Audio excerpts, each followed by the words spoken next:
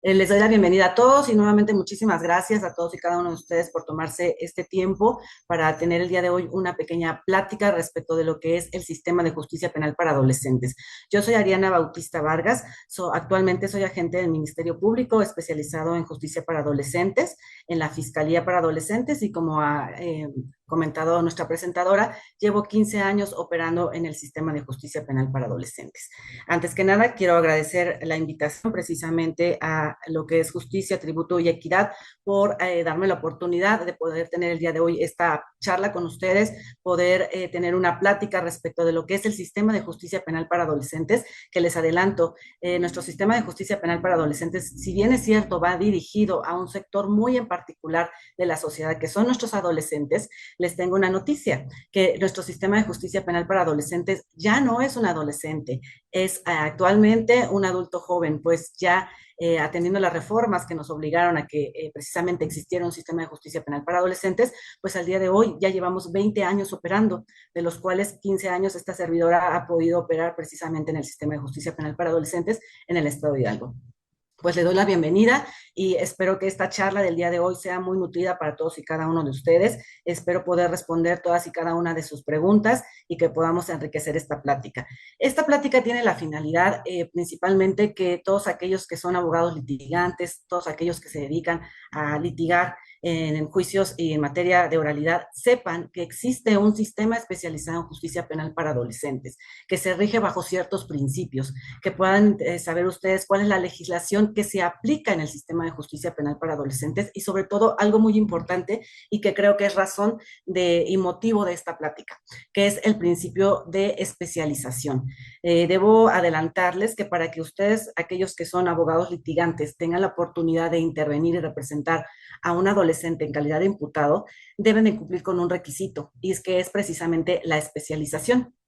Me he percatado muchísimo que a pesar de que el sistema lleva ya 20 años operando, todavía actualmente en la práctica llegan muchos abogados litigantes de quienes a veces se nota la molestia cuando les requerimos precisamente puedan acreditar esa especialización.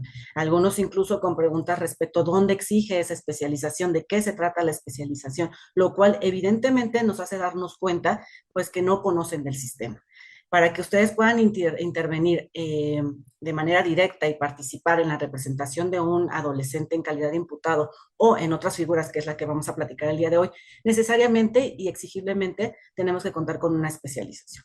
Y para poder ponernos en contexto respecto de lo que implica un sistema de justicia penal para adolescentes, no solamente en la materia o en la cuestión de abogados litigantes como representantes como una defensa particular, sino aquellos que son operadores, por ejemplo, ministerios públicos, peritos, primeros respondientes, agentes de investigación, jueces, autoridades administrativas, todas las figuras que representan la operatividad del sistema, a todas es exigible que tengan esa especialización. Y más adelante en esta plática vamos a ver de dónde deriva esa especialización, qué es la especialización, cómo puedo acreditar una especialización y cuál es la finalidad de tener una especialización. Bueno, primeramente vamos a entrar en contexto. Les decía yo que nuestro sistema ya es un adulto joven, actualmente tiene 20 años operando y esto derivó de que a pesar de que en noviembre de 1989, en el inicio de esta Convención de Derechos de Niñas, Niñas y Adolescentes, ya se exigía que debía existir operadores y un sistema especializado en materia de adolescentes. Esta exigencia surge a raíz de esa Convención de los Derechos de Niños, Niñas y Adolescentes allá en noviembre de 1989. Sorpresa es que hasta diciembre del 2005, 16 años después, y derivado de todas las exigencias, no solamente por parte de catedráticos estudiosos en la materia jurídica, sino además derivada de una exigencia y además una recomendación internacional que se hace al Estado mexicano, es lo que obliga a que exista ya un sistema de justicia penal para adolescentes, que se establezca un procedimiento en el cual aquel sector de la población tan vulnerable que es los adolescentes puedan tener un procedimiento que vaya específicamente a las circunstancias particulares y personales de cada adolescente. Es en diciembre del 2005, en esa obligatoriedad que nos hacen derivado de una recomendación internacional, que entonces el Estado mexicano dice, oye, ok, espérame, Hace 16 años ya nos habían hecho esta recomendación respecto de que existiera un procedimiento especializado en adolescentes. Sin embargo, no se había hecho. ¿Qué pasa? Se procede a una reforma en el artículo 18 constitucional en los párrafos cuarto, quinto y sexto, que traen precisamente los párrafos cuarto, quinto y sexto, es la estructura fundamental de nuestra legislación actual. Esas reformas nos dan pie a que exista un sistema de justicia penal para adolescentes donde exista un procedimiento que se rija a través de diversas etapas que cumplan con la finalidad de una legislación. ¿Y cuál es la finalidad de que exista una legislación para adolescentes? Es la finalidad principal es que a estas personas de este sector tan vulnerable como es la adolescencia se les sea respetado sus derechos aun y cuando estén en una calidad de imputados. El hecho de estar en calidad de imputados y ser adolescentes les da una situación doblemente vulnerable. Uno, derechos como imputados que establece la propia Constitución en su artículo 20, pero además derechos que fundamentalmente tienen por la etapa de desarrollo en la que se encuentran, que es la adolescencia. A raíz de esto, ¿qué sucede? Bueno, derivado de esa exigencia que nos hacen y la reforma que se hace precisamente al 18 constitucional por allá del 2005, ¿qué sucede con la soberanía de cada uno de los estados? Bueno, dicen, ok, ya está la recomendación, vamos a atender la recomendación. ¿Qué vamos a hacer? Bueno, cada estado se dio la tarea de crear una legislación atendiendo sus situaciones geográficas, situación poblacional, usos y costumbres. Y entonces, ¿qué trajo como consecuencia? Trajo como consecuencia que tuviéramos 33 legislaciones. Esto atendiendo que cada entidad federativa dijo, bueno, hay una recomendación incluso internacional, pues entonces levantamos la mano y cada quien realiza su legislación. ¿Qué trajo como consecuencia? Bueno, déjenme comentarles que por lo menos en el estado de Hidalgo, esa recomendación y derivado de esa reforma del 2005, lamentablemente no acatamos o no hicimos caso a esa recomendación. Y es allá en el 2007 cuando creamos una ley estatal de justicia penal para adolescentes, que en su momento se empezó a regir a través de un sistema tutelar, lo que era el tutelar o en su momento una ley tutelar. Con eso, el Estado de Hidalgo creyó que estaba cumpliendo con la recomendación internacional que se hacía. Y no solamente el Estado de Hidalgo, déjenme decirles que, como les comentaba, cada legislación en su entidad federativa, atendiendo ese derecho a la soberanía, es que crea sus propias legislaciones. ¿Y qué pasa? ¿Cuál fue el problema? Ok, surge un problema y como bien lo decía el autor Ricardo Franco Guzmán, empezó a haber un caos legislativo. ¿Por qué un caos legislativo? Bueno, pues cada entidad federativa tenía su legislación. Entonces, como cada entidad legislativa tenía su legislación, cada quien se regía bajo sus propios criterios y bajo sus propios estándares. ¿Qué pasaba? Por ejemplo, en Aguascalientes, una de las, o más bien las sanciones más graves que podían imponer a un adolescente cuando se encontraba en conflicto con la ley eran incluso sanciones privativas de libertad, pero eso no era lo que más llamaba la atención. No solamente contemplaba una sanción privativa de libertad aplicada a un adolescente, sino que además la sanción máxima que podía aplicarse para un adolescente en conflicto con la ley en una legislación de Aguascalientes era un internamiento definitivo hasta por 20 años. O sea, se dan cuenta de la magnitud, aplicar un internamiento definitivo a un adolescente de 20 años, que quiere decir que incluso iba a terminar de cumplir una sanción y enfrentar un procedimiento cuando incluso ya ni siquiera era adolescente, porque estamos hablando que a lo mejor esta persona en su momento, cuando enfrentó la ley, tenía 17 años y le podían haber puesto o impuesto a lo mejor una sanción, la más grave y la última, que serían estos 20 años, estamos hablando de una persona de 37 años de edad que estaba todavía enfrentando sanciones de un procedimiento especializado para adolescentes. Veamos la extremidad en la cual se encontraban las legislaciones en cada entidad. Por un lado, Aguascalientes tenía una sanción de 20 años privativa de libertad, mientras que por el otro lado, Morelos, por ejemplo, tenía una sanción máxima de internamiento definitivo privativa de libertad de 3 años, incluso por el mismo tipo de conductas. Estamos hablando que a lo mejor en Aguascalientes, este chico que enfrentó un procedimiento para adolescentes por un delito de violación, fue en su momento sentenciado para cumplir una sanción de 20 años privativo de libertad, mientras que un adolescente de Morelos, por el mismo tipo de conducta,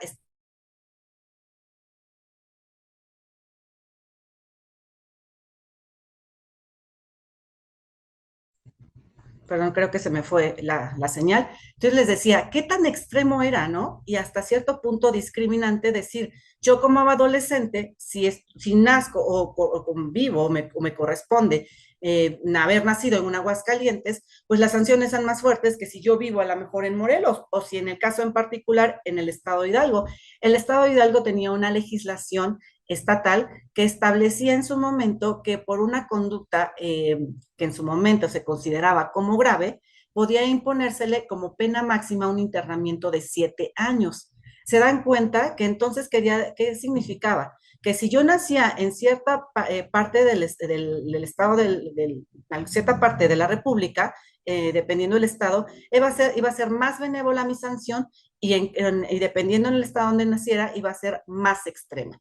Entonces, ¿qué pasa? Bueno, se vuelve a recapitular y se vuelve a hacer un análisis respecto de la recomendación que se nos había hecho respecto de esa Convención de Derechos de Niñas, Niños y Adolescentes allá en noviembre de 1989 y que el Estado mexicano dijo, ya la atendí porque ya tengo 33 legislaciones. Entonces, nuevamente se vuelve a revisar a ver qué es lo que está pasando, porque como decía Zaffaroni, esto se volvió una selva normativa. ¿Qué quiere decir? Teníamos tantas legislaciones, había como entidades federativas, extremas unas con otras, que incluso llegaban a caer en una práctica incluso discriminatoria.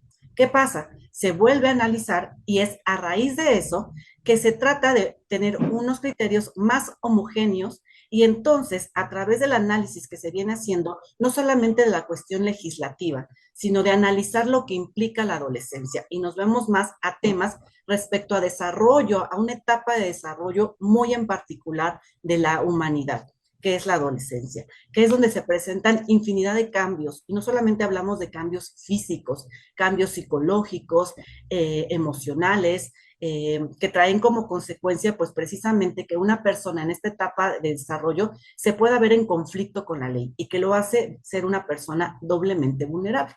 Es a raíz de esto que entrando en análisis es cuando nos damos cuenta que efectivamente requeríamos homogenizar criterios, porque no era justo, que un adolescente viviendo en el sur tuviera una sanción más fuerte que un adolescente del centro o del norte incluso del país. Entonces surge nuestra legislación actual y la legislación actual que rige el sistema de justicia penal para adolescentes es la llamada Ley Nacional del Sistema Integral de Justicia Penal para Adolescentes, la cual entra en vigor, el 16 de junio del 2016.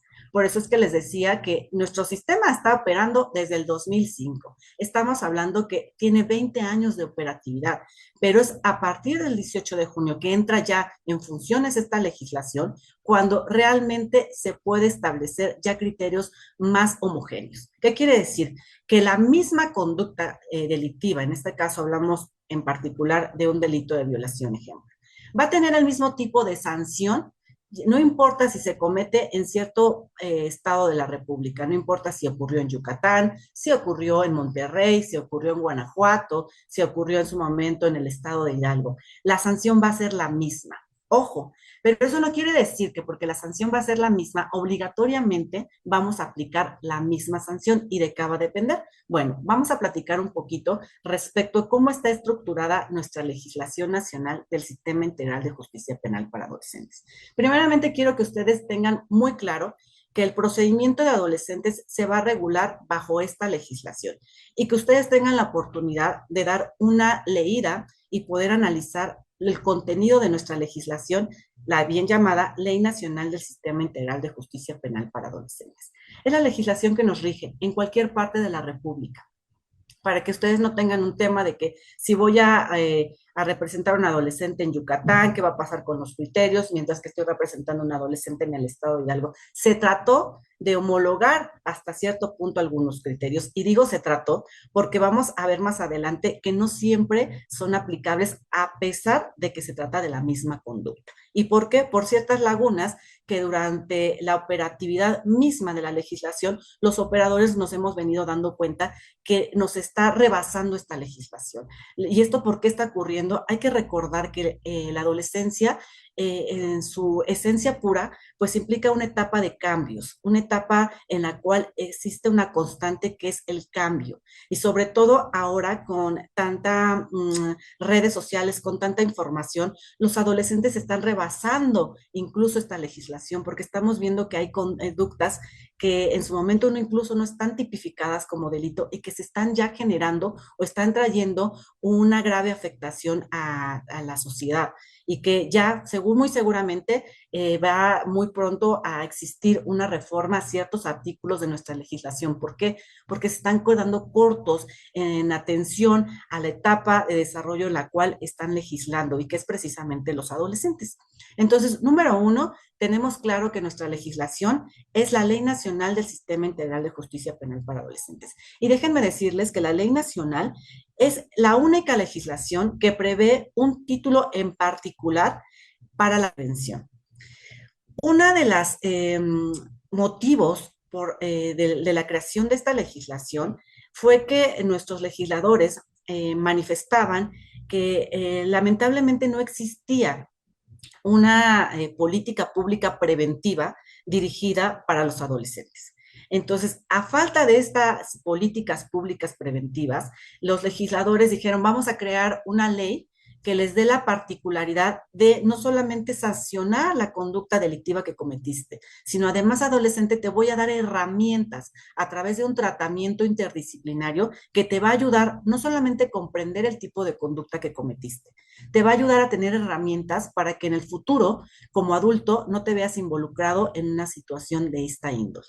Entonces, una de las peculiaridades que tiene precisamente nuestra legislación es que no buscas castigar. La legislación especializada en materia de adolescentes no busca el castigo, busca la aplicación de sanciones de carácter socioeducativo con la finalidad de que este adolescente pueda obtener herramientas, pueda obtener la conciencia de la conducta que cometió y las consecuencias, que se le pueda dotar de herramientas para que en lo futuro no se vea en conflicto con la ley. Y esa natura, esa esencia del sistema es una esencia preventiva. ¿Qué quiere decir? Los legisladores buscaron que en esta aplicación de este procedimiento se busca que haya una prevención, evitar en la medida de lo posible que el día de mañana tengamos adultos en conflicto con la ley. Es un filtro lo que está buscando esta legislación. De ahí es importante entender que nuestra legislación no castiga, pero ok, si no castiga, entonces, ¿qué finalidad tiene el sistema? La finalidad del sistema no es dejar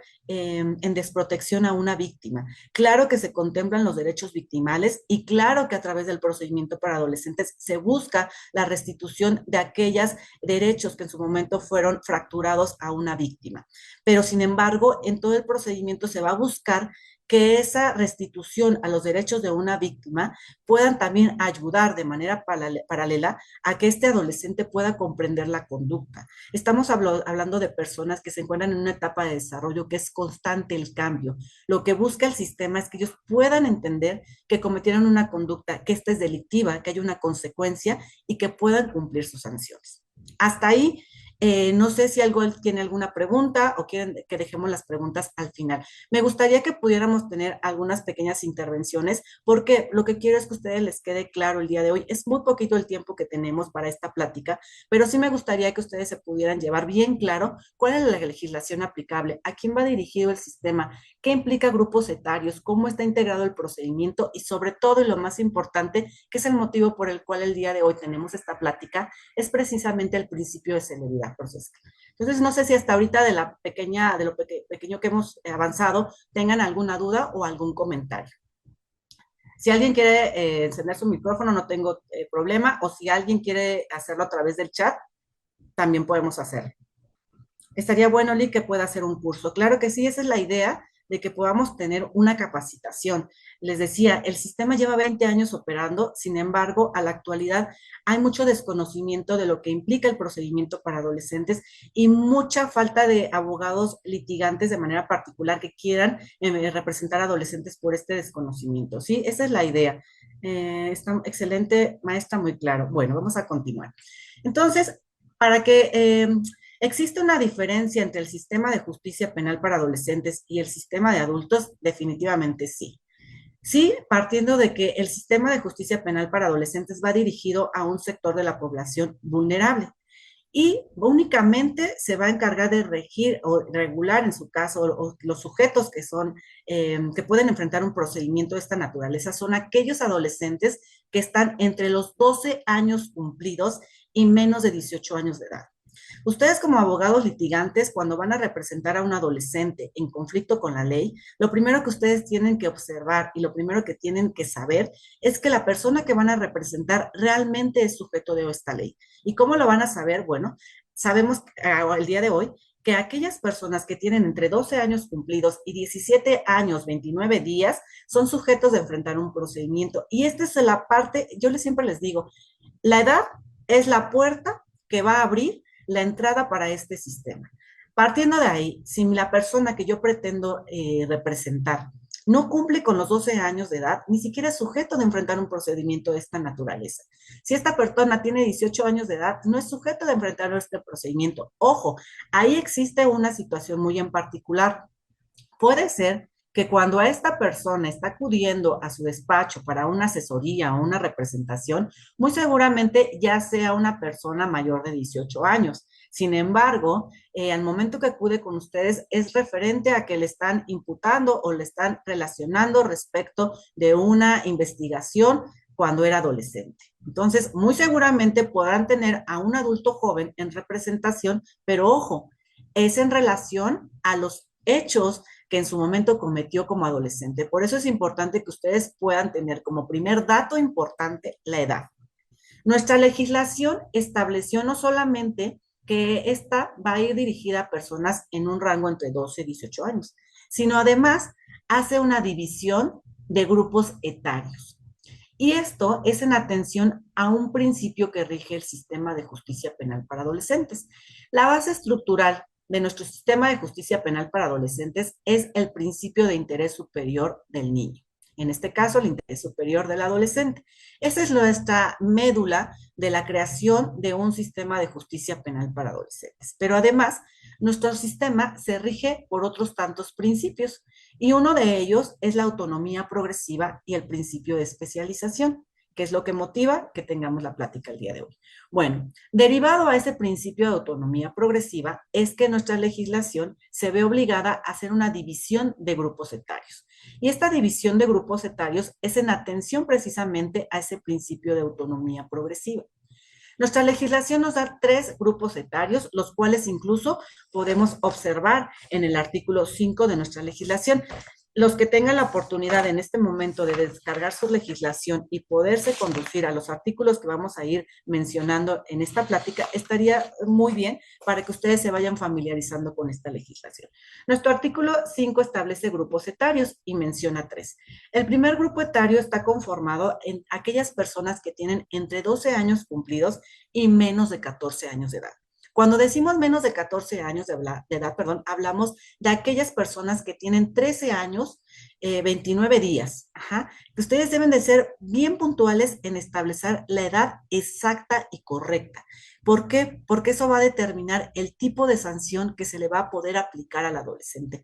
No es la misma sanción que podrá aplicarse al adolescente que se encuentra en un grupo etario número 1 que en el grupo etario número 3. Y eso lo vamos a ver más adelante. Por eso es que vuelvo a insistir, la edad es la llave para que ustedes puedan saber si tienen o no entrada a un sistema de esta naturaleza. Entonces, grupo etario número 1 abarca de los 12 años cumplidos hasta antes de los 14 años de edad.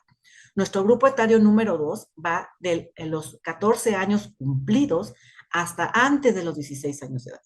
Mientras que el último grupo, el llamado grupo número 3, establece un rango de edad de 16 años cumplidos hasta antes de 18 años de edad. A esto se le llama principio de autonomía progresiva. ¿Qué es el principio de autonomía progresiva? El principio de autonomía progresiva debe entenderse que el adolescente deberá ser juzgado atendiendo la etapa de desarrollo en la que se encuentra.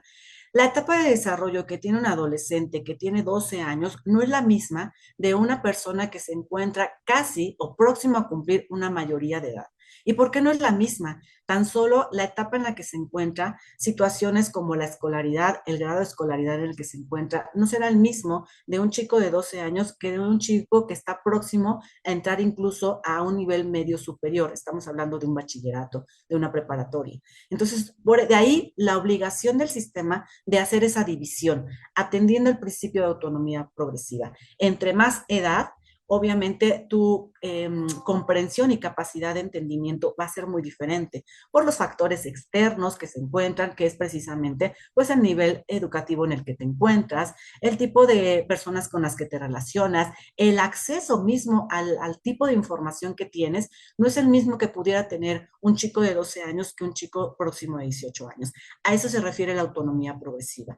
Entonces, en relación a esa división es que la legislación también estableció el tipo de sanción que puede aplicarse. He de comentarles que si bien es cierto, nuestra legislación busca la aplicación de sanciones socioeducativas, cierto también lo es que como sanción está una que es la privativa de libertad, ¿sí? Es una de las sanciones más extremas, es una de las últimas que podrá en su momento aplicarse. Pero independientemente de las hipótesis en las cuales podremos aplicarla o no, lo que sí quiero es que ustedes entiendan que sí hay la susceptibilidad de que pueda aplicársele a un adolescente una sanción privativa de libertad. No sé si el día de hoy nos alcance el tiempo para que en esta plática pudiéramos ver esas hipótesis. Muy probablemente no, pero sí quiero dejar en el tema que sí hay la susceptibilidad de que en su momento se pueda aplicar una medida privativa de libertad a un adolescente. Este principio de autonomía progresiva obliga a los operadores a analizar las circunstancias particulares personales de cada uno de los adolescentes. Por eso les decía, aún y a lo mejor y cuando se trate del mismo tipo de conducta y el mismo tipo de adolescente atendiendo al grupo etario en particular, no se le va a poder aplicar la misma conducta, ¿ja? Porque mucho va a depender de esas circunstancias particulares, personales que tenga cada uno de los adolescentes. Aquellos que pretenden eh, litigar en materia de adolescentes, una de las peculiaridades que deben de atender es precisamente poder identificar la edad de la representada. Muchas veces nos ha pasado como operadores que es muy complicado o a veces imposible poder acreditar la edad. Por eso incluso la legislación también prevé las formas en las cuales podemos acreditar la edad de un adolescente, cómo comprobar la edad. El artículo 7 de nuestra legislación también nos habla de la forma en la cual podemos acreditar la edad. ¿Y esto de qué deriva? Bueno, como les decía que es una legislación que trató de homologar criterios, estamos hablando que muchos adolescentes que enfrentan o que se ven en conflicto con la ley pertenecen a grupos además vulnerables como son ciertas localidades o entidades en las cuales el nivel cultural pues es un poco bajo, que incluso muchos de estos adolescentes ni siquiera tuvieron la oportunidad de ser registrados o tener un acta de nacimiento. ¿Qué pasa con eso? Bueno, nuestra legislación al advertir ese tipo de situaciones reguló para que cuando no tengamos un documento en su momento para poder acreditar una edad, podamos recurrir a un dictamen de edad clínica. El artículo 7 nos dice cuáles son las formas de poder acreditar la edad de una persona para saber si es sujeto de enfrentar un procedimiento. Bueno, la primera, la básica, sería a través de un documento, que sería un acta de nacimiento, o en el caso de extranjeros, bueno, cuando se trata de algún documento apostillado. Pero ¿qué pasa cuando no tengo estos documentos? Bueno, la ley nos dice, ¿sabes qué? Podemos aplicar un dictamen de edad clínica para que te pueda determinar si esta persona puede ser sujeto de enfrentar un procedimiento de esta naturaleza. Dice, ¿qué sanción se le impone a un adolescente que priva de la vida a otro? En su caso, privar la vida de su padre. Bueno, son casos muy en particular que el día de hoy no vamos a podernos atender. ¿Por qué? Porque sería como entrar ya en una cuestión más de análisis que nos va a sacar un poquito de contexto y que a lo mejor los que ya tienen más conocimiento en el sistema, pues no les sea tan complicado, pero aquellos que el día de hoy nos dan la oportunidad de poder acercarnos a ellos y que a lo mejor no tienen todavía mucho acercamiento con el sistema, los pueda confundir. Son casos ya muy en práctica que sí los podemos platicar en algún curso más adelante y incluso poder dar algunos tips de cómo, estrategias incluso para poder litigar en materia de adolescentes. ¿Pudiera aplicarse una sanción privativa de libertad? Ya lo comenté que sí, obviamente a ciertos grupos etarios, que en este caso sería el grupo etario número 2 y 3, y ya en casos muy en particular tendríamos que analizar las circunstancias particulares para poder determinar si es susceptible o no de aplicar una medida de esta naturaleza. ¿Qué pasa si el adolescente está estudiando y quiere seguir estudiando? Y en juicio el adolescente manifiesta querer seguir estudiando, pero el juez dijo que no creía que fuera verdad. A ver, una de las finalidades que busca el sistema es que en todas las etapas del procedimiento se privilegie los derechos fundamentales que tiene un adolescente en cualquier etapa, independientemente en la calidad de imputado o no. Y uno de los derechos fundamentales pues es el acceso a la educación. Los centros de internamiento para adolescentes en todas las entidades federativas está compuesto por áreas interdisciplinarias que se componen por un área de psicología, trabajo social y pedagogía. El hecho de que un adolescente esté enfrentando un procedimiento privativo de libertad no lo exime de poder seguir disfrutando de sus derechos fundamentales, como es el acceso a la salud, el acceso a la educación, en este caso el acceso a la comunicación.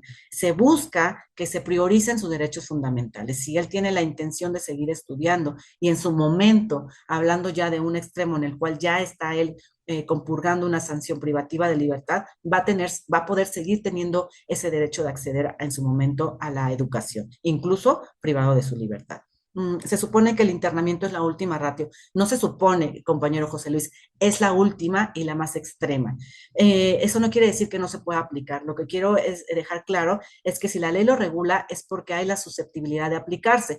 Claro, a lo mejor en algunos casos y bajo algunas hipótesis que tenemos que acreditar para que se pueda dar esa aplicación. Habrá algunos casos en los cuales no pueda aplicarse una medida privativa de libertad porque, como bien lo dicen, es la última, la más extrema y que en su momento pues la más grave. Si para un adulto en un sistema normal se considera que el privar de la libertad a una persona es algo extremo, imagínense en una persona que se encuentra en una etapa de desarrollo primario. Si la prevé, ¿en qué casos? O bueno, habría que analizar las hipótesis que nuestra misma legislación en el artículo 122 nos prevé para poderla aplicar. No quiere decir que porque exista, ya de facto se va a aplicar. Hay que cubrir ciertas hipótesis y si estas no se cubren, no se podrá aplicar una medida privativa de libertad.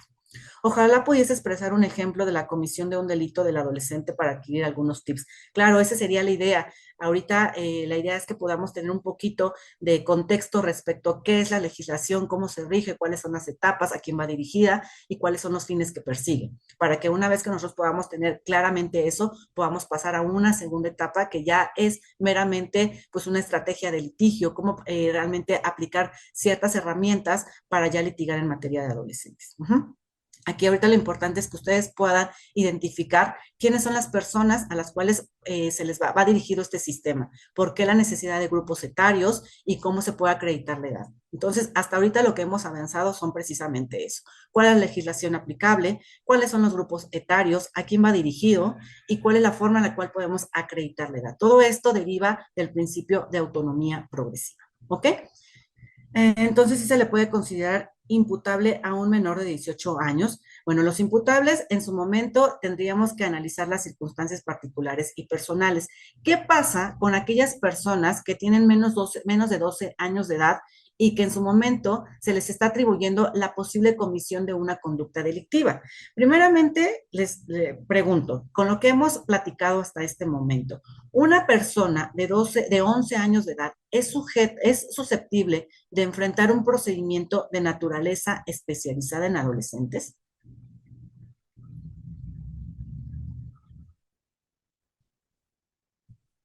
¿Alguien quiere contestar? No. Alejandro, efectivamente, una persona de 11 años de edad no es susceptible de enfrentar un procedimiento de naturaleza penal para adolescentes. Pero ¿qué pasa si en su momento acude una persona en calidad de víctima a hacer una denuncia ante el Ministerio Público respecto de la posible comisión de un hecho delictivo en el cual la persona a la cual están imputando esta conducta resulta ser menor de 12 años? Bueno, evidentemente no va a poder enfrentar un procedimiento de naturaleza penal, lo cual obligatoriamente haría el Ministerio Público es la consulta de un archivo definitivo. Pero ¿qué pasa con esta persona víctima? O sea, el hecho de que el adolescente, de que esta persona no haya resultado ser adolescente, sino un niño, ya el asunto se queda así. Bueno, en cuestión de investigación penal, no habría tema para que pudiera dar pie a una investigación, pero lo que sí obligatoriamente tenemos que hacer los operadores del sistema, en este caso el Ministerio Público, es darle intervención a la Procuraduría de Niñas, Niños y Adolescentes. Hay un procedimiento que estos niños como inimputables enfrentan y que es precisamente que los papás enfrenten un procedimiento no como tal un procedimiento, perdón, que ellos sean canalizados a recibir un apoyo en cuestión de terapia psicológica. Es una invitación. Lo que el Ministerio Público hace es precisamente hacer la recomendación a los papás de este niño para que ellos puedan acudir a un apoyo de manera integral por parte de la Procuraduría de Niñas, Niños y Adolescentes. Esto es meramente una invitación, ya que obligatoriamente no pueden eh, acudir o necesariamente no están obligados a acudir a este tratamiento psicológico. El Ministerio Público, su obligación es en su momento conducirlos, hacer la derivación, la invitación y en su momento, si los papás de este niño aceptan esa intervención por parte del Estado a través de la Procuraduría de Niños, Niños y Adolescentes, es para dar un tratamiento en el área de psicología y trabajo social. Detectar que está ocurriendo alguna situación, que existe un foco rojo en el cual su hijo se vio involucrado. Y es muy común que esto ocurra, y esto ocurre principalmente en las primarias. La verdad es que actualmente hemos visto mucho que en las primarias se dan muchos conflictos entre niños en cuestiones de que ya se lesionan, de que hay conflictos. Entonces, muchas denuncias en las cuales advertimos que las personas a las cuales están denunciando pues ni siquiera son sujetas de enfrentar un procedimiento. ¿Y qué pasa con esta situación en la cual evidentemente tenemos ya un conflicto en el cual incluso la susceptibilidad de la posible comisión de una conducta delictiva? Aquí el punto es que por la edad que presenta esta persona, pues no es sujeto de enfrentar un procedimiento de esta naturaleza, pero no lo exime de que en su momento el Ministerio Público obligatoriamente pueda canalizarlos para que puedan a través del Estado pues tener esas herramientas que es en el área de psicología y trabajo social, que les puedan impartir esas herramientas a los papás para saber cómo manejar a ciertas actitudes que está presentando este niño. Y esto mucho tiene que ver en la etapa próxima a la que va a brincar, que es precisamente la adolescencia. Si partimos de la esencia pura de lo que implica una etapa de adolescencia, recordemos que adolescencia significa adolecer, que implica ciertos cambios que traen como consecuencias, pues obviamente, factores que van a traer, pues obviamente, conductas en adolescente que incluso pueden ser conductas, pues rebeldes, retadoras, incluso conductas de euforia. Todo esto implica que nosotros como operadores tengamos obligatoriamente que tener conocimientos, no solamente en cuestiones legales, sino en cuestiones de tema de desarrollo de adolescentes. Y ahí viene otro de nuestros principios que rigen el sistema, que es precisamente la especialización. ¿Qué pasa si un adolescente se canaliza a instancias asistenciales? Así es como es la Procuraduría de Niñas, Niños y Adolescentes. ¿Cómo es una terapia? Bueno, lo que en su momento hace la Procuraduría de Niñas, Niños y Adolescentes es tener intervención con la familia a través, primeramente, de la evaluación en el área de trabajo social. Un estudio de campo para poder ver cómo está integrada este núcleo familiar. De ahí partir para ver cuáles son los focos que ellos identificaron, cuáles son las áreas que ellos advierten como áreas de crecimiento y en las cuales pueden fortalecer. De ahí, en una segunda, es dar la posibilidad en su momento de dar terapias psicológicas, no solamente a este niño, sino que pueda ser de manera grupal para poder fortalecer ese núcleo familiar y advertir cuáles son esos factores de riesgo que se están dando, no solamente en el núcleo familiar, sino a lo mejor puede ser en el núcleo donde se desarrolla este niño, ¿no? O en el núcleo de desarrollo donde está esta familia, no sé, como cuestiones geográficas, culturales, dónde se está desarrollando este niño que está generando pues estos cambios que traen como consecuencia que se vea ya inmiscuido en conductas de carácter delictivo. ¿Qué pasa si un adolescente, en ese aspecto donde el actor de los hechos, dice, en este aspecto donde el actor de un de los hechos que la ley prevé como delito es inimputable de escasos 10 años, ¿podría imputarse alguna responsabilidad, ya sea penal, civil o los progenitores? Miren, el artículo 60 de nuestra legislación que habla respecto de la reparación del daño, y recordemos que la reparación del daño no solamente es la parte compensatoria, la parte económica, la reparación del daño integral implica algunos otros tópicos, como la rehabilitación, evitar la revictimización, en su momento el derecho a acceso a una justicia. Entonces, no se, nuestro artículo 60 sí es muy determinante en establecer que las sanciones que se aplican en esta legislación van dirigidas directamente al adolescente y que no pueden ser transferidas a terceros ni a padres. ¿Qué quiere decir? Los padres tienen una responsabilidad civil, creo yo, más una responsabilidad moral en este sentido. Sin embargo, quien está enfrentando el procedimiento en este caso es el adolescente entre 12 y 18 años de edad. Si una persona de 11 años de edad no es sujeto de enfrentar un procedimiento de naturaleza penal, mucho menos lo va a hacer un papá.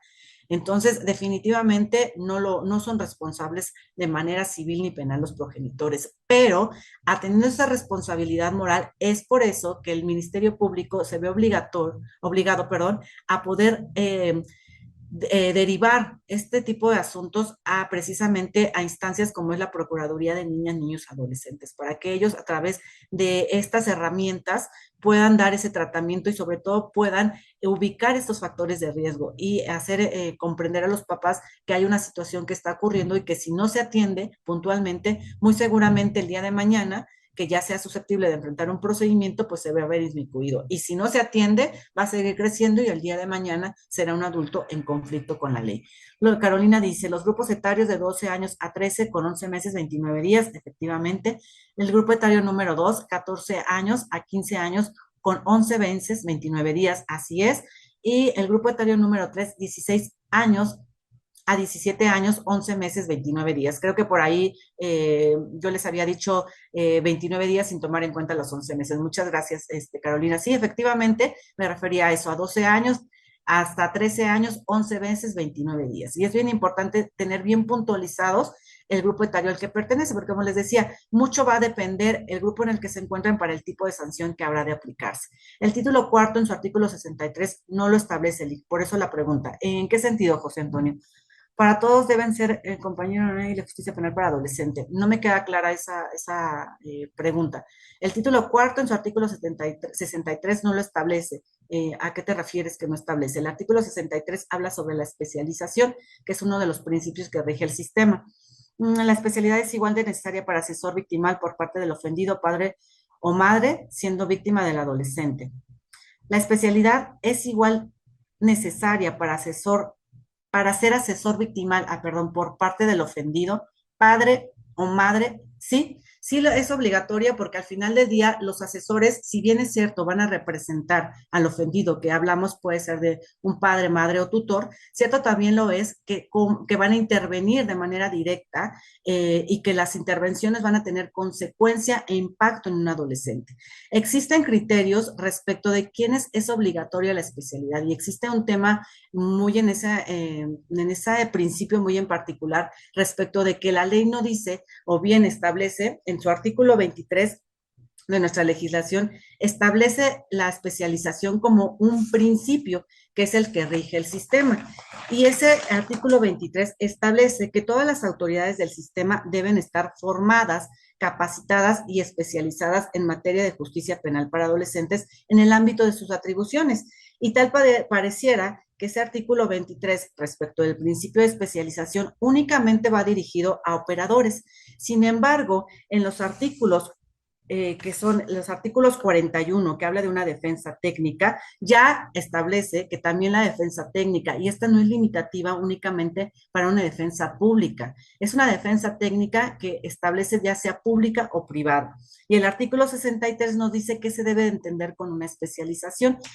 El artículo 63 nos dice cuáles son los conocimientos y herramientas que debe de tener una persona para poderse considerar que se encuentra capacitado o que tiene esa especialización. Y primeramente el artículo 63 nos dice a quién va dirigido o quiénes obligatoriamente tendrán que ser especializados.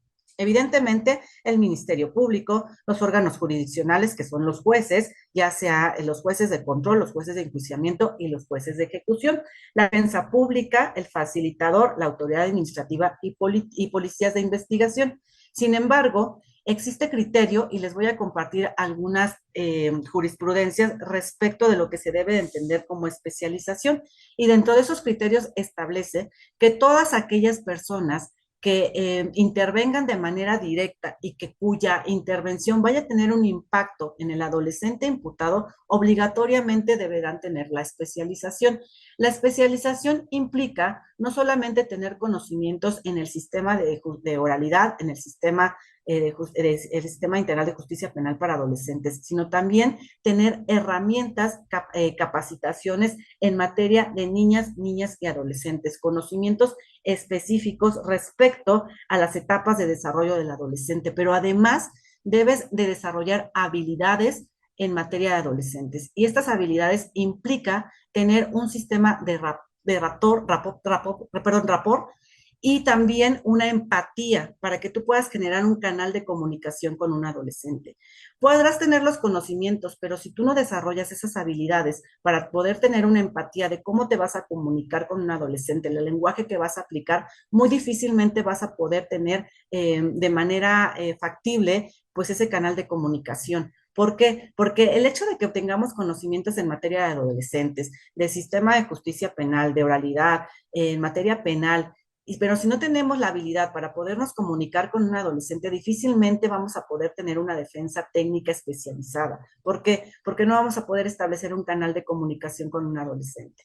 No sé aquellos de los que se encuentran ahorita conectados, que en su momento tengan hijos o tengan sobrinos, ustedes se puedan dar cuenta que los cambios de humor en un adolescente, incluso en un día, son muy abruptos. Mientras en la mañana pueden tener un ánimo muy eufórico, por la tarde puede ser un ánimo un poco resiliente, rebelde e incluso retador. No sé si ustedes se han percatado, los que son papás, que a lo mejor un día pueden tener a su hijo bien animado, lavando los trastes, y sabes que papá, yo le ayudo a hacer la tarea a mi hermanito y tienes que te hago algún mandado, mientras que en horas posteriores le pides un favor y pues literalmente o coloquialmente como dicen, te manda al diablo, ¿no? Esos cambios derivan precisamente de la etapa de desarrollo en la que se encuentra. De ahí que la especialización te requiera desarrollar habilidades para poder tener empatía y poder generar un canal de comunicación con el adolescente, porque recordemos que van a representar a un adolescente. Si bien es cierto, la plática o la intervención es con papá, mamá o tutor, aquí la persona a la cual ustedes van a representar y la cual están obligados a escuchar es precisamente al adolescente, porque es el adolescente el que les va a dar las estrategias para que ustedes puedan en su momento poder tener una defensa adecuada, una defensa técnica. Entonces, sí existe, si bien el artículo 63 nos establece cuáles son las instituciones y órganos a los cuales va dirigido, esto únicamente es enunciativo, más no limitativo. Sumado a esto, si tenemos ya criterios por parte de la Corte respecto de jurisprudencias que nos implican qué es la especialización, en qué consiste la especialización, cómo podemos acreditarla y que además será exigible no solamente para la defensa pública o privada, sino además para asesores que están representando derechos de ofendidos. ¿Por qué? Porque los actos de investigación que en su momento pudiera incluso solicitar o realizar un asesor jurídico de un ofendido van a tener impacto precisamente en el adolescente. Y esto obviamente va a traer como consecuencia verificar si está afectando el interés superior del adolescente que está regulado en el artículo 12 de nuestra legislación. Es importante que nosotros podamos tener en su momento esa especialización, y poderla acreditar, porque de lo contrario no vamos a poder intervenir. Les voy a compartir algunas de las tesis y criterios que tenemos respecto de la especialización. Ojalá ustedes las puedan consultar. En caso de que no, se las voy a compartir aquí a personal de Tributo Equidad para que se las pueda compartir a través de vía WhatsApp para los que no pueden en su momento o no tienen oportunidad de checarlas. Bueno, les voy a mandar esos criterios para que ustedes más adelante y con un poco más de tiempo puedan darle lectura y puedan tener conocimiento de lo que implica la especialización. Ahí partimos con una tesis bajo el registro digital 2025-697 que lleva como título Defensa especializada en el sistema de justicia penal para adolescentes, procedimiento a seguir para verificar que el defensor que asistió a la persona adolescente en la audiencia de juicio oral cuenta con la especialidad académica o por práctica profesional en la materia. Les voy a decir muy brevemente cuáles son algunas maneras de poder acreditar la especialización. Este título de esta tesis ya nos deja ver un poquito cómo sería. En una particularidad dice que puede acreditarse a través de una especialidad académica, que son cursos, diplomados, capacitaciones, maestrías, que nos van a dar la posibilidad de conocer el procedimiento para adolescentes y a través de la acumulación de conocimientos y horas vamos a poder acreditar que en efecto tenemos esos requisitos que exige el artículo 64. Que son precisamente esas capacitaciones, esos conocimientos en materia de niñas, niños, adolescentes y sobre todo del sistema. Otra forma de acreditarlo también será a través de la práctica profesional activa. ¿Qué quiere decir? El número de casos que han podido intervenir en su momento. Eso también es una forma de poder acreditar la forma en la cual ustedes han intervenido de manera directa en un asunto en materia de adolescentes. Existe otra tesis, otro criterio, perdón, que es directamente respecto de la defensa y es el registro 183552 que lleva, perdón, es el registro 168782 que habla respecto del Sistema Integral de Justicia para Adolescentes, acreditación de la especialización del funcionario que forma parte de aquel, que en este habla de las dos hipótesis. Una de ellas es por medio de una certificación expedida por una institución educativa con reconocimiento oficial y otra sería por una práctica profesional en la materia, en un plazo razonable, prolongado y con un prestigio de reconocimiento adquirido en ella que respalde su conocimiento amplio y actualizado. Esta segunda hipótesis ocurría, les digo que el sistema lleva 20 años ya operando.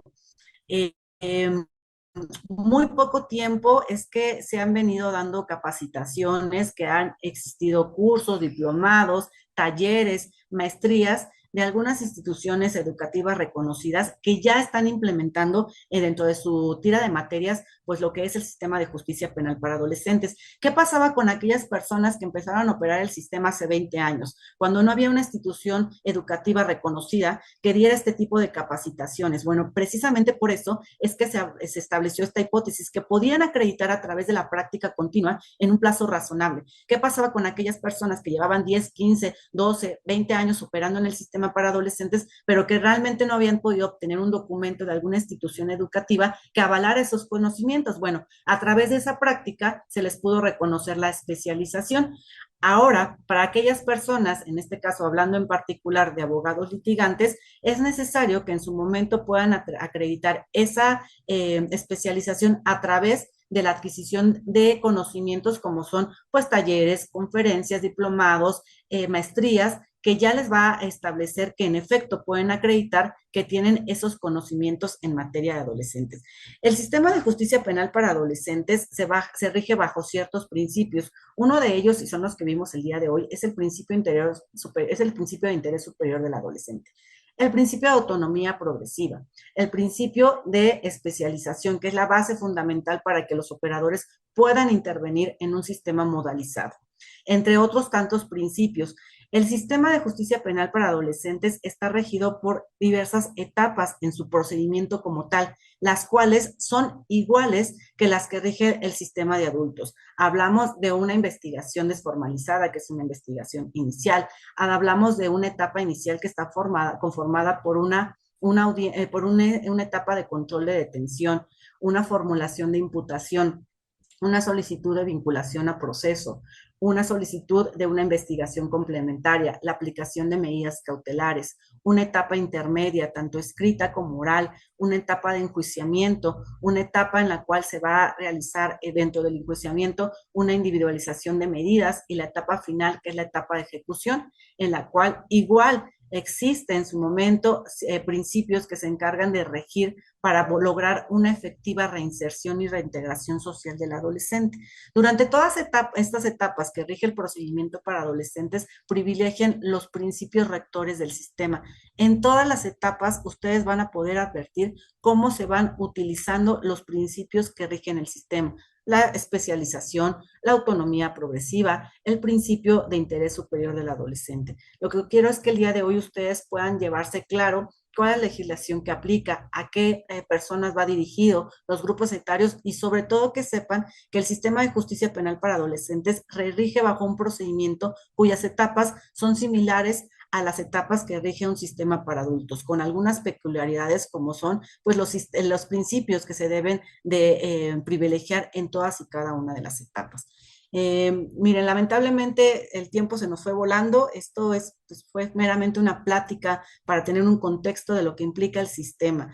Ojalá tengamos la oportunidad más adelante de podernos volver a ver y ya poder entrar más respecto de lo que es el sistema de justicia penal para adolescentes, analizar cada una de las etapas de manera muy particular y peculiar, poder con casos prácticos, como decían los compañeros por ahí, a través de ejemplos, poder aterrizar más lo que es un procedimiento para adolescentes, cómo se lleva a cabo, cómo se lleva a cabo una audiencia en materia de adolescentes. Les voy a compartir a través de la compañera los demás criterios que tenemos para que ustedes los puedan consultar, los puedan analizar ya con más calma y en su momento, si tenemos la oportunidad nuevamente de encontrarnos por aquí, pues ya podamos tener un poquito más de contexto respecto de lo que implica la celeridad procesal. Porfa, una jueza de Toluca me comentó que hay un criterio federal respecto de que se exige mínimo 120 horas. ¿Qué creen? Es un criterio, en el estado de Hidalgo la exigencia son 180 horas y esto es un criterio que han implementado los jueces. Es debatible totalmente. ¿Por qué? Porque no, la ley no nos exige un número específico en horas. Este número, las juezas, por ejemplo, en el estado de Hidalgo, lo han llevado o lo han establecido derivado de la información, los principios, el contenido lo que conlleva a tener, a adquirir esos conocimientos. Ajá. Hablamos que un sistema, para empezar, el sistema de justicia penal para adolescentes su procedimiento está dividido en diferentes etapas. Sería muy ilógico pretender que con 8 horas, 32 horas, podamos tener los conocimientos suficientes necesarios para poder tener una legítima defensa, poder participar. Imagínense, sin un sistema de justicia penal para adultos, se requieren de capacitaciones, talleres para poder tener conocimientos. Lo mismo ocurre en un sistema para adolescentes. No es suficiente con que se tengan 30, 40 horas y es un criterio que las juezas han establecido para poder determinar un cierto número de horas. No es un estándar 180 horas, no es un estándar 120 horas, no lo es. Es a criterio discrecional de cada una de las autoridades jurisdiccionales que están aplicando. Es debatible totalmente. Además, incluso déjenme decirles que muchas veces las jueces, aun y cuando se acredita cierto número de horas a través de documentación, sí son muy puntuales en hacer el requerimiento, que si en la práctica activa ellas perciben que esas 120 horas no están siendo respaldadas o demostradas, incluso se puede hacer requerimientos respecto a remover a esa defensa. ¿Por qué? Porque no está acreditando, no está sustentando esas horas en una práctica ya activa. Hola, buenas noches. Gracias por compartir sus conocimientos. Excelente ponencia. Gracias. Una pregunta: en servidor estuvo como MP en el juzgado de adolescentes. Ya no me, ya no me encuentro en fiscalía. La pregunta es si con esa práctica que tuve me encuentro como una especialización. Sí, así es. Habría que ver, recordemos que el criterio dice que una práctica profesional en un plazo razonable prolongado. Habría que ver cuánto tiempo estuvo usted ejerciendo como Ministerio Público en materia de adolescentes para que eso le sirva como respaldo y en su momento acreditar pues el número de asuntos en los cuales intervino como agente del Ministerio Público y con eso poder acreditar en esa hipótesis, porque acuérdense que el criterio establece dos hipótesis, una a través de documentación reconocida, una a través de documentos que sean expedidos por una institución reconocida y otra por la práctica profesional. En general la respuesta sería sí, nada más habría que ver y analizar cuánto tiempo estuvo como Ministerio Público. 2 años, sí, considero yo desde mi punto de vista que sí podría usted sustentar en su momento esa especialización y ver en esos 2 años cuántas intervenciones activas efectivas tuvo en materia de adolescentes. Miren, no sé si alguien tenga alguna pregunta en particular, alguna situación muy puntual que quieran hacer. o en su caso poder culminar. Yo sé que fue muy poquito el tiempo, se nos fue de volada, la verdad es que no pudimos avanzar muchísimo, pero pues obviamente si se dan cuenta, hay muchísima información respecto de lo que implica un sistema de justicia penal para adolescentes. No sé si hay alguna pregunta que quieran hacer algún compañero. Damos una ronda de preguntas de unos 10 minutos más para que podamos responder. Por Si quieren, favor, compañeros, si quiere preguntar, levante su manita virtual, por favor, porque la maestra ya dio respuesta a todas las preguntas que están en el chat.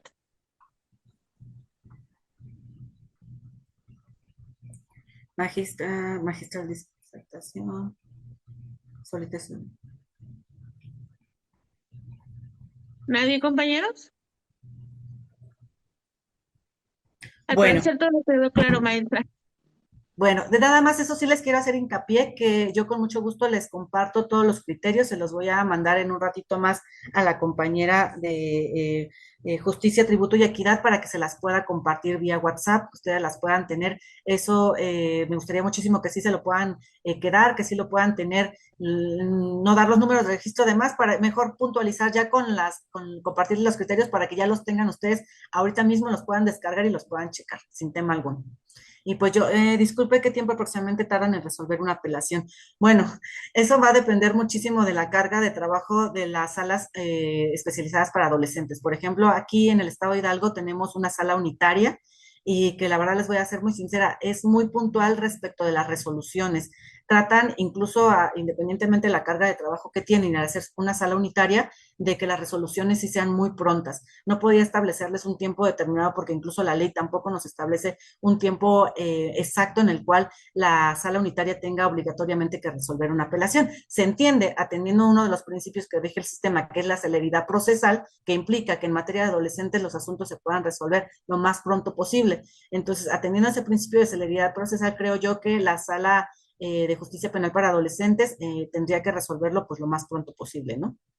En cuestión de las audiencias para adolescentes, ¿cuántas etapas eso son? Es la etapa inicial, la etapa intermedia, enjuiciamiento y la etapa de ejecución. Acerca de los instrumentos internacionales, reglas de RAI y otros, acerca de esos, ¿cuál es la pregunta en sí? Si la legislación se rige con ellos, sí. Sí, como son las reglas de Beijing, la Convención de Derechos Niñas, Niños y Adolescentes, las reglas de RAI, entre otras legislaciones. ¿Puede impartir un curso con más tiempo? Claro que sí, esa estaría súper bien que pudiéramos tener la oportunidad de nuevamente coincidir y hacerlo pues más, pues con más tiempo y obviamente más detallada y más en particular. Buenas noches, licenciada. ¿Por qué la ley solo impone una pena máxima de 5 años? Atendiendo precisamente, se trató precisamente de homogeneizar criterios para toda la República. Se va a aplicar la legislación nacional, que evidentemente será la aplicación máxima de 5 años. Y estos 5 años fue tomado en cuenta en razón precisamente de la etapa de desarrollo del adolescente.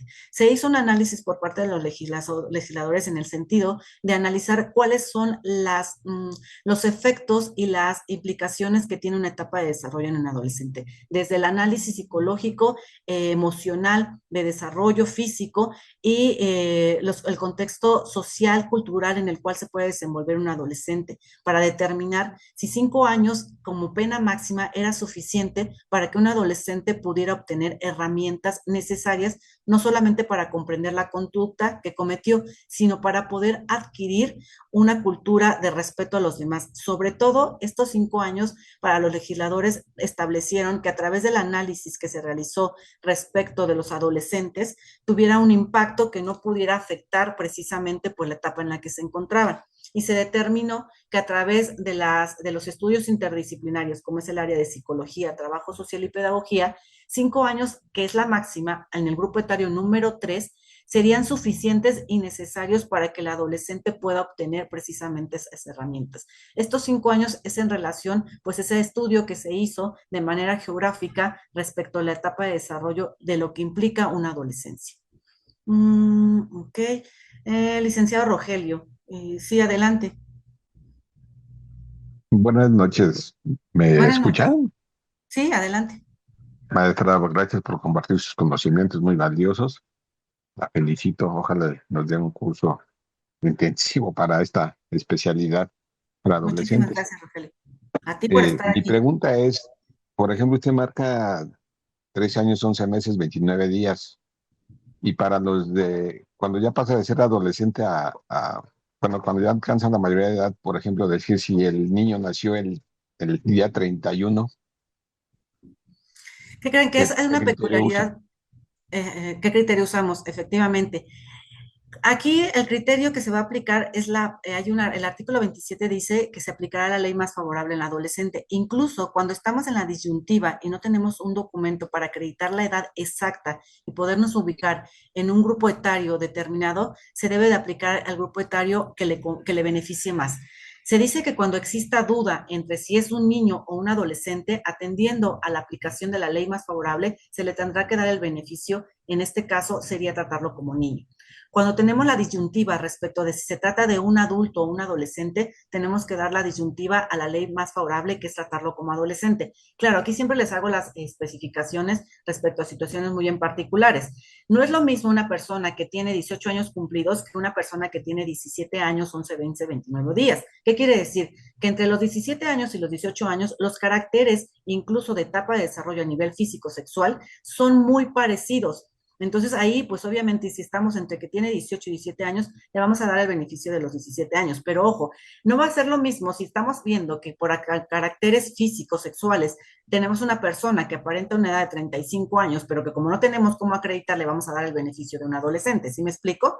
O sea, existen parámetros, porque podemos decir, bueno, yo me veo de 39 años, pero como la ley dice que me debes de aplicar lo más favorable, yo digo que tengo 17 años y entonces tienes que aplicarme la presunción de edad y me vas a decir que me vas a colocar en lo más favorable, que es como adolescente, porque evidentemente caracteres físicos, caracteres sexuales no van a dar pie para eso.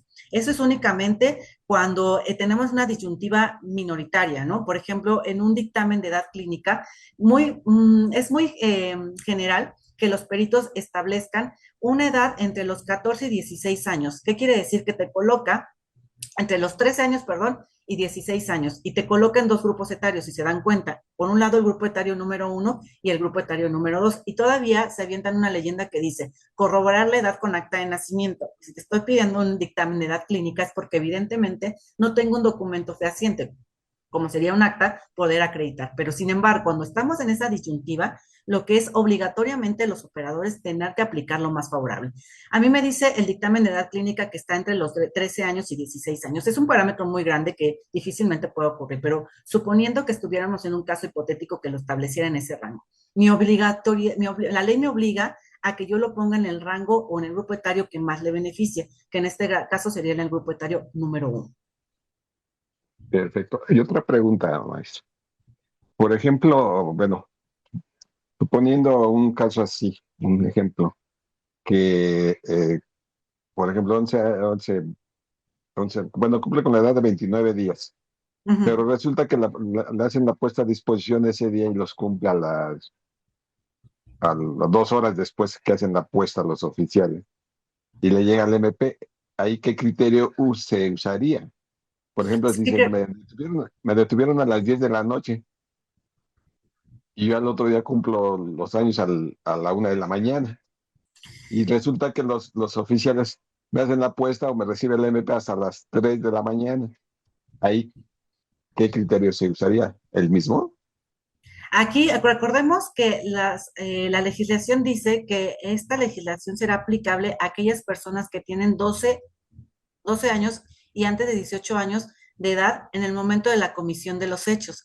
¿En qué momento se sugiere que fue la comisión de los hechos? En el momento en el que interviene el primer respondiente. Esas horas y No. esas fechas se considera el momento de los hechos, no el momento de la detención, el momento de la puesta a disposición. En este caso se va a entender que el momento en el que ocurrieron los hechos, si deriva, por ejemplo, de una hipótesis de flagrancia, pues estamos estableciendo que habrá circunstancias de tiempo, modo, lugar que nos podrán determinar si el adolescente, en el caso en particular, fue detenido en el momento en que todavía era menor de edad, aunque posteriormente en la puesta a disposición ante el Ministerio Público o incluso ya la puesta a disposición ante una autoridad jurisdiccional sea ya con una edad diferente o una mayoría de edad. Es atendiendo a la edad que tenía en el momento de la comisión de los hechos, Por lo tanto, se le juzgará, por ejemplo, como como adolescente. adolescente. Efectivamente. Gracias, maestra, le agradezco su respuesta y la felicito. Ojalá y nos dé No, nos dé gracias. un curso mejor. Sí, gracias, al Gracias, contrario, muy amable. gracias a ustedes por tomarse el tiempo y pues sobre todo estar aquí. Bueno, pues Perdón, por mi licenciada. parte, Gracias. sí, adelante, adelante. Sí, mire, bueno, como acaba de comentar, se supone que ahí, como lo dices, uno lo dice con el informe de policía homologado, ¿no? Ahí está. Digamos que es del 29 o 31 perdón, de diciembre, perdón, lo detienen a esa hora, empieza a correr término, no importa porque si lo ponen al Ministerio Público, ya cuando son las 12 bueno, obviamente El otro 1 de enero.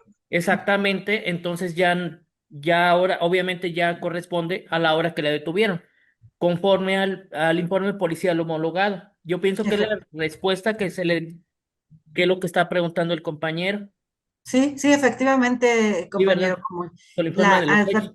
efectivamente, para cuestiones de determinar edad es precisamente en el momento que tuvo intervención, el momento que se supone fue la comisión de Sí, los hechos. sí, Sí, no sí, ponerlo al Ministerio Público porque ya sí. es otra cosa.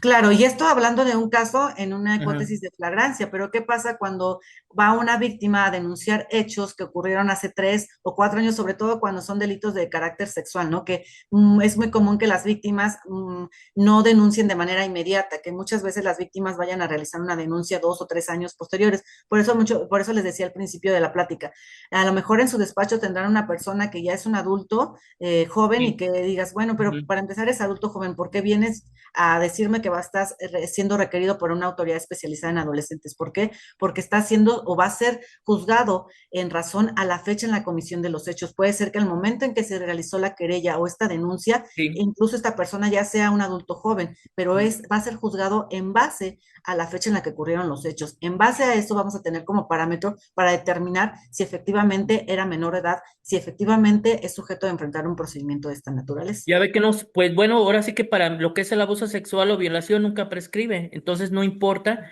yo pienso que los años que pasen, aunque digamos que cuando la violaron a un niño de 5 años, o aunque sea su primito que haya tenido 10 años, pero tenía precisamente ya sabía lo que hacía, ¿verdad? Porque hay muchas personas que se basan en eso, que no, pues que mi niño no sabía lo que hacía, pero más sin embargo, pues digamos que en el abuso sexual y la violación pues nunca prescriben.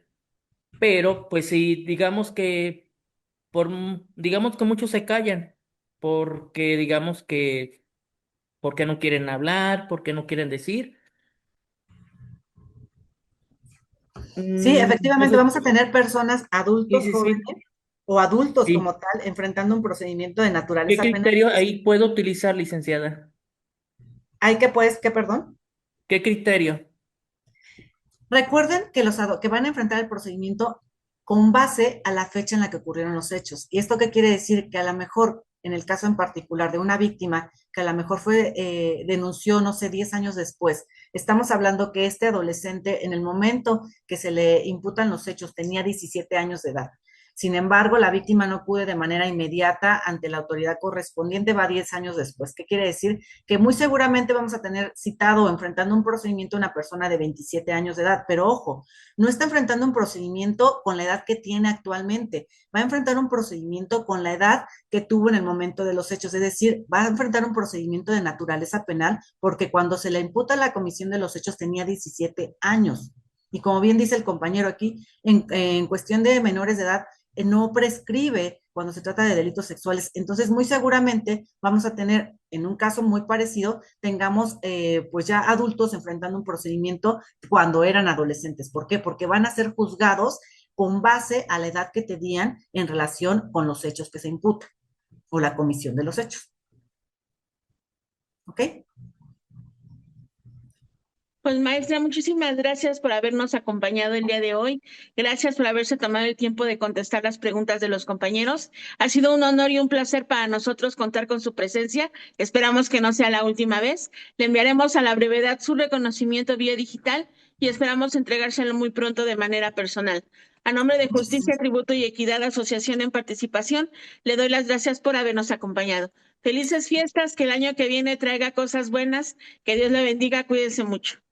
Muchísimas Gracias, gracias a todos y maestra. cada uno de ustedes les comparto con la compañera esos criterios. Les agradezco muchísimo que se hayan tomado el tiempo el día de hoy y sobre todo las preguntas que pues obviamente enriquecen esta plática. Les mando un abrazo muy afectuoso, con mucho cariño y respeto. Muchísimo gusto a todos y que tengan una bonita noche. Gracias. Igualmente, Igualmente, maestra, cuídese gracias por mucho. todo.